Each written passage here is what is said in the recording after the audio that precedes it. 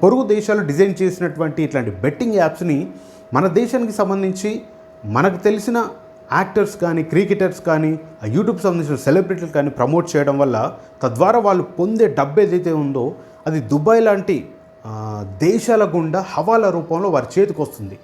దాంతో ఎలాంటి ట్యాక్స్ లేకుండా కోట్లలో వాళ్ళు డబ్బులు ఆర్జించి అతి తక్కువ ట్యాక్స్ని కట్టడం వల్ల సరైన ఆధారాలు లేకుండా దేశ ఆర్థిక వ్యవస్థకు నష్టం కలుగుతుంది. అంతేకాక ఎంతోమంది అమాయకుల ప్రాణాలు పోవడానికి కూడా కారణమవుతుంది. అందుకే ఇలాంటి బెట్టింగ్ యాప్స్ని ప్రమోట్ చేసే వారిపై ప్రభుత్వం ప్రత్యేక దృష్టి సారించింది.